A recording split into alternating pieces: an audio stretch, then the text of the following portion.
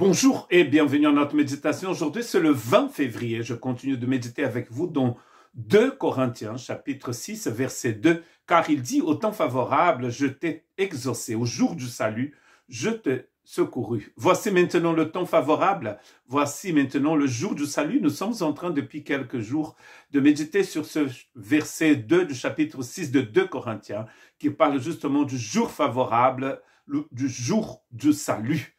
Et le jour du salut et le jour favorable, c'est maintenant, c'est aujourd'hui.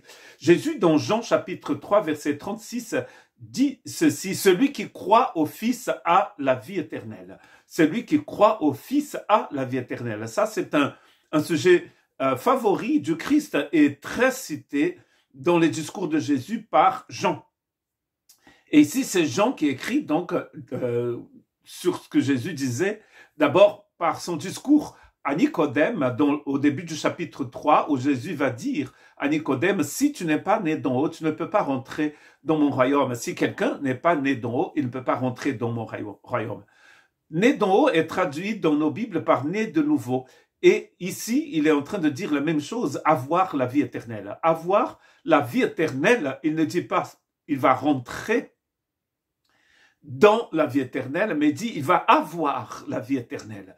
Le contraire d'avoir la vie éternelle, c'est de rester dans la mort éternelle, qu'Apocalypse appelle aussi la deuxième mort. Celui qui ne croit pas au Fils ne verra point la vie éternelle. Mais la colère de Dieu demeure sur lui. Le jour favorable, c'est aujourd'hui, car sans Jésus, nous n'avons pas de vie éternelle. Sans Jésus, nous n'avons pas la vie de Dieu. Sans Jésus, nous ne pouvons pas naître d'en haut. Nous ne pouvons pas naître de nouveau. Cette vie que nous avons ici, elle est bien jolie parfois, mais elle est limitée. Et sans la vie éternelle, nous ne pouvons pas voir le Seigneur et vivre avec le Seigneur. C'est ce que Jésus disait à Nicodème dans Jean chapitre 3. Nul ne peut rentrer dans mon royaume sans être né d'en haut, c'est-à-dire d'être né de Dieu. C'est Jean lui-même qui va expliquer cela dans sa première épître. C'est lui qui est né de Dieu, il dit dans son épître. Donc nous sommes nés de Dieu, nous sommes nés d'en haut, nous avons la vie éternelle, car, c'est très important de le dire, le salaire du péché, c'est la mort.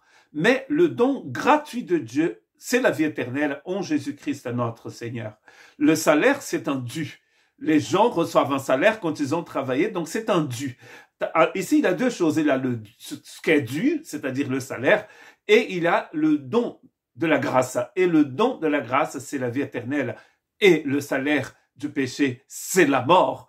Et mon dernier texte se trouve dans 1 Corinthiens 15, 3 et 4, où Paul parle de la résurrection du corps. Et il dit ceci, « Je vous ai enseigné avant tout, comme je l'avais aussi reçu, que Christ est mort pour nos péchés selon les Écritures. Il a été enseveli et il est ressuscité le 3e jour selon toujours les Écritures. Christ est mort pour nos péchés. La seule façon d'avoir la vie éternelle, c'est de recevoir la vie du Christ. Parce que Christ est mort pour nos péchés. Il a détruit la puissance du péché. Nous pouvons vivre sans péché, libérés complètement du dragon et du système, et ne plus vivre sous l'influence du monde, mais vivre pour Christ, car le jour favorable, le jour du salut, c'est aujourd'hui. Que Dieu vous bénisse.